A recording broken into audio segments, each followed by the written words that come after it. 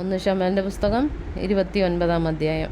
എന്നാൽ ഫെലിസ്ത്യർ തങ്ങളുടെ സേനകളെയെല്ലാം അഫേക്കിൽ ഒന്നിച്ചുകൂട്ടി ഇസ്രായേല്യരും ഇസ്രായേലിലുള്ള ഉറവിനരികെ പാളയമിറങ്ങി. അപ്പോൾ ഫെലിസ്ത്യപ്രഭുക്കന്മാർ 100,100 ആയിരമായും കടന്നു. എന്നാൽ ദാവീദും അവൻ്റെ ആളുകളും പിൻപടയിൽ ആകീശിനോടുകൂടെ കടന്നു.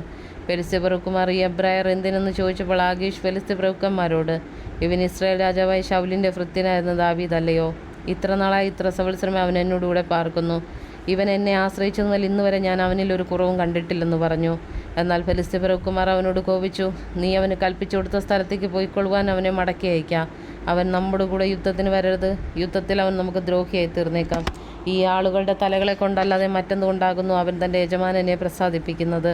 ശൗൽ 1000 കൊന്നു, ദാവീദോ 10,000 എന്ന് ചൊല്ലി അവർ നൃത്തത്തിൽ പ്രതിഗാനം പാടിയ ദാവീദ് ഇവനല്ലയോ എന്ന് ഫെലിസ്ത്യപ്രഭുക്കന്മാർ അവനോട് പറഞ്ഞു. എന്നറിയ ആകീശ് ദാവീദിനെ വിളിച്ച് അവനോട്, യഹോവയാണോ നീ പരമാർത്ഥിയും പാളയത്തിൽ എന്നോടുകൂടെയുള്ള നിന്റെ ഗമനാഗമങ്ങൾ എനിക്ക് ബോധിച്ചതുമാകുന്നു. നീ എൻ്റെ അടുക്കൽ വന്ന നാൾ മുതൽ ഇന്നുവരെയും ഞാൻ നിന്നിലൊരു ദോഷവും കണ്ടിട്ടില്ല. എന്നാൽ പ്രഭുക്കന്മാർക്ക് നിന്നെ ഇഷ്ടമല്ല. ആകയാൽ നീ ചെയ്യുന്നത് ഫെലിസ്ത്യപ്രഭുക്കന്മാർക്ക് അനിഷ്ടമായി തോന്നാതിരിക്കേണ്ടതിന് സമാധാനത്തോടെ മടങ്ങിപ്പോയിക്കൊള്ളുക എന്ന് പറഞ്ഞു. ദാവീദ് ആകീശിനോട്, എന്നാൽ ഞാൻ എന്തു ചെയ്യും? എൻ്റെ യജമാനനായ ദാവീദിൻ്റെ ശത്രുക്കളുടെ നേരെ ഞാൻ ചെന്ന് പൊരുതുകൂടാതവണ്ണം നിന്നോടുകൂടെ ഇരുന്ന നാൾ മുതൽ ഇന്നുവരെ നീ അടിയനിൽ എന്ത് കണ്ടിരിക്കുന്നെന്ന് ചോദിച്ചു.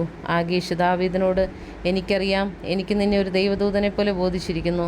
എന്നാൽ ഫെലിസ്ത്യപ്രഭുക്കന്മാർ അവൻ ഞങ്ങളോടുകൂടെ യുദ്ധത്തിന് പോരരുതെന്ന് പറഞ്ഞിരിക്കുന്നു. ആകയാൽ നിന്നോടുകൂടെ വന്നിരിക്കുന്ന നിൻ്റെ യജമാനൻ്റെ ഭൃത്യന്മാരുമായി രാവിലെ എഴുന്നേറ്റുകൊള്ളുക. അതികാലത്ത് എഴുന്നേറ്റ് വെളിച്ചമായ ഉടനെ പൊയ്ക്കൊള്ളുവീനെന്ന് ഉത്തരം പറഞ്ഞു. ഇങ്ങനെ ദാവീദും അവൻ്റെ ആളുകളും ഫെലിസ്ത്യ ദേശത്തേക്ക് മടങ്ങിപ്പോകുവാൻ രാവിലെ എഴുന്നേറ്റു. ഫെലിസ്ത്യരോ ഇസ്രായേലിലേക്ക് പോയി.